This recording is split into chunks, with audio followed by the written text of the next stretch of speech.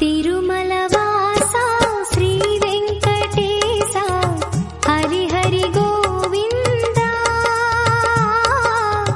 तिरुमलवासा श्री वेंकटेशा हरि हरि அந்தகன் சிறுவன் அரசர் தம் அரசர்க்கு இளையவன் அணி இழையைச் சென்று எந்தமக்கு உரிமை செய்யத் தெரியாது எம்பெருமான் அருளென்ன சந்தமல் குழலால் அளக்கன் நூற்றுவர் தம் பெண்டிரும் எய்தி நூலிழப்ப இந்திரன் சிறுவன் தேர்முன் நின்றானை திருவல்லிக்கேணி கண்டேனே.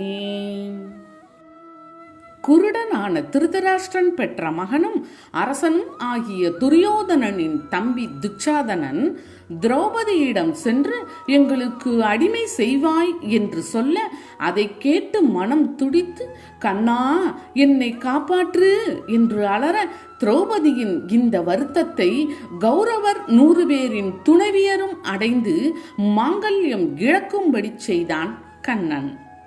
இந்திரன் மகனான அர்ஜுனன் தேருக்கு சாரதியாய் நின்று பாரத போரில் பாண்டவர்களை வெற்றி பெறச் செய்த பகவானை திருவல்லிக்கேணியில் கண்டேன் என்ற பொருளில் இப்பாசுரம் அமைந்துள்ளது. வஞ்சக சகுனியின் சூழ்ச்சியால் பாண்டவர்கள் நாட்டை இழந்தனர், செல்வத்தை இழந்தனர், தங்களையும் பணையப் பொருளாக வைத்து அடிமையாகினர். குற்றமறியா பாஞ்சாலியையும் பணையப் பொருளாக வைத்து தோற்றனர். அந்த நிலையில் கொடியவனான துரியோதனனின் தம்பி துச்சாதனன் நீ எங்கள் அடிமை என்று சொல்லி அவளுடைய உடையை களைய முற்படுகின்றான். அந்த நிலையில் சபையில் இருந்த பெரியோர்கள் எல்லாம் ஒன்றும் செய்ய முடியாமல் தலை கவிழ்ந்தனர். பாண்டவர்கள் தோற்றுவிட்டோம் என்ற நியதிக்கு கட்டுப்பட்டு அடங்கி நின்றார்கள். ஆனால் திரௌபதி கண்ணா காப்பாற்று என்று அழைத்ததும் அவன் ஓடி வந்து அவள் மானத்தை காத்தான். கௌரவர்களின் 100 பேரின் மனைவியரின் மாங்கல்யம் இழக்கும்படி பார்த்தசாரதியாக வந்து கௌரவர்களை கொன்றான். அத்தகைய பெருமைக்கு உரியவனை திருவல்லிக்கேணியில் கண்டேன் என்று ஆழ்வார் கூறுகின்றார். ஆபத்து நேரும் பொழுது கண்ணனை பரிபூரணமாக அழைத்தால் அவன் வருவான் என்பதை இப்பாசுரத்தின் வாயிலாக ஆழ்வார் உணர்த்துகின்றார். பரதனும் தம்பி சத்ருக்கனனும் இலக்குமனோடு மைதிலியும் இரவும் நண்பகலும் துதி செய்ய நின்ற ராவணாந்தகனை எம்மானை குரவமே கமழும் குளிர்பொழிலூடு குயிலொடு மயில்கள் நின்று ஆல இரவியின் கதிர்கள் நுழைதல் செய்தறியார் திருவல்லிக்கேணி கண்டேனே. பரதனும் சத்ருகனனும் லக்ஷ்மணனோடு சீத்தையும் எல்லா காலங்களிலும் துதி செய்யும்படி விற்றிருப்பவன் ராவணனை கொன்ற எம்பெருமான். அவனை திருவல்லிக்கேணியில் கண்டேன். அல்லி மலர்கள் மனம் வீசும் குளிர்ந்த சோலைக்குள் குயில்களின் பாட்டிற்கு ஏற்ப ஆடும் மயில்கள் நிறைந்தது. சூரியனின் கதிர்கள் நுழைந்தறியா சோலை சூழ்ந்தது அந்த திருவல்லிக்கேணி என்ற பொருளில் இப்பாசுரம் அமைந்துள்ளது. தந்தைக்கு மகனாக, தாய்க்கு பிள்ளையாக, மனைவிக்கு கணவனாக, தம்பிக்கு அண்ணனாக, பகைவர்களுக்கு காலனாக, குடிமக்களுக்கு தெய்வமாக எப்படியெல்லாம் இருக்க வேண்டும் என்பதற்கு இலக்கணம் வகுப்பது போல் திரேதாயுகத்தில் வாழ்ந்து காட்டியவர் ஸ்ரீராமச்சந்திரமூர்த்தி. அதனால்தான் இப்பொழுதும் ராமர், லக்ஷ்மணன், சீத்தை, பரதர், சத்ருகனன் ஆகியோரை துதி செய்து போற்றுகின்றோம். அத்தகைய புகழும் பெருமையும் கொண்ட பகவானை திருவல்லிக்கேணியில் கண்டேன் என்று ஆழ்வார் சொல்லுகின்றார். ஸ்ரீராமனின் பெருமைகளை படித்தால் மட்டும் போதாது, பெரியோர்கள் கூற கேட்டால் மட்டும் போதாது, அதை வாழ்வில் கடைபிடிக்க வேண்டும். பெற்றோருக்கு உரிய பிள்ளைகளாக நாம் வாழ வேண்டும். சகோதரர்களுக்கு உதாரணமாக நாம் விளங்க வேண்டும். மனைவியை கண்கலங்காமல் பாதுகாக்கும் கணவனாக திகழ வேண்டும். இதையெல்லாம் நினைவுபடுத்துகின்ற வகையிலேதான் திருமங்கையாழ்வார் இப்பாசுரத்தை நமக்காக அருளியிருக்கின்றார்.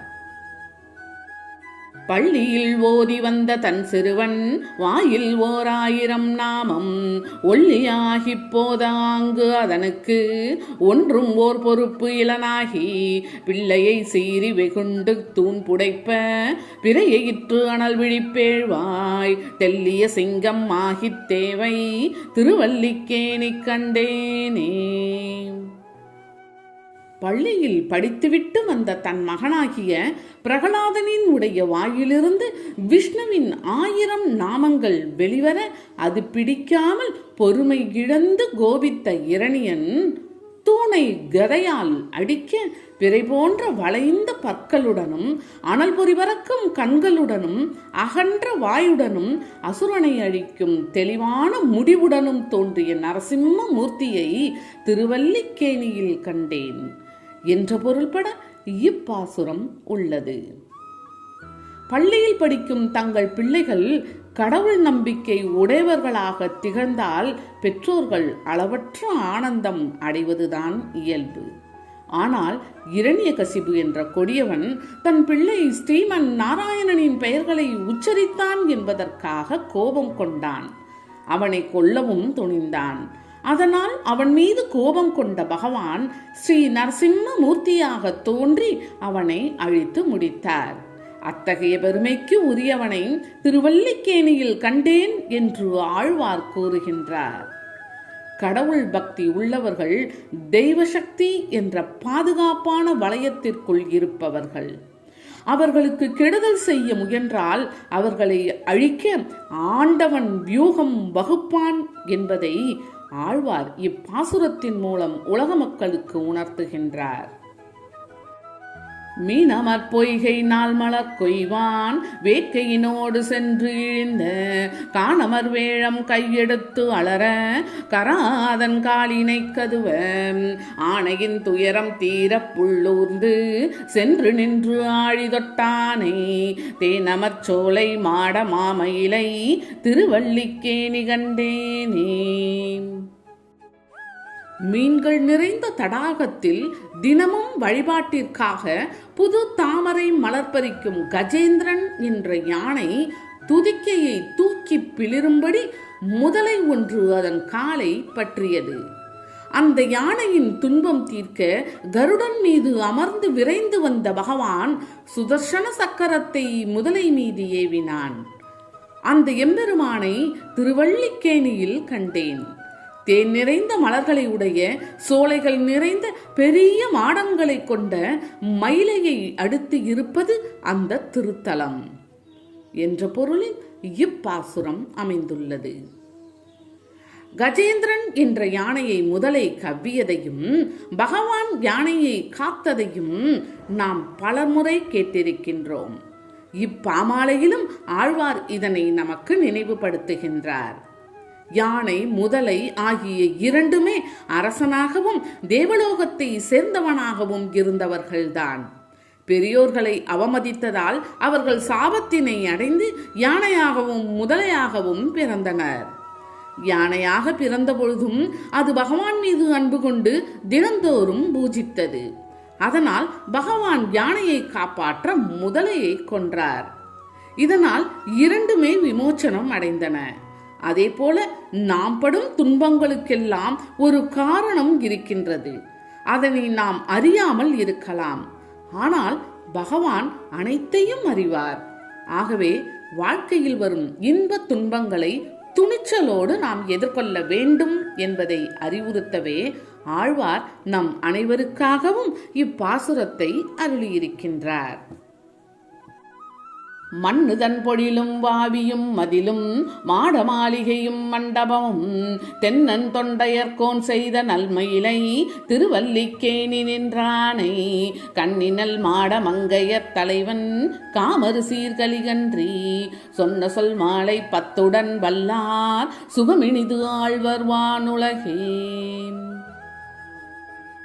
குளிர்ந்த தோட்டங்களும் பொய்கையும் மதில் சுவரும் மாட மாளிகைகளும் மண்டபமும் கொண்ட தென்னவனான தொண்டைமான் அமைத்த மயிலாப்பூருக்கு அருகிலுள்ள திருவல்லிக்கேணியில் நின்றருளும் பகவானை குறித்து திருமங்கை மன்னனான கலியன் அருளிய 10 பாசுரங்களையும் பக்தியுடன் பாடவல்லவர்கள் சுகமாக வைகுந்தத்தை ஆளப் பெறுவர் என்று பொருள்பட இப்பாசுரம் உள்ளது.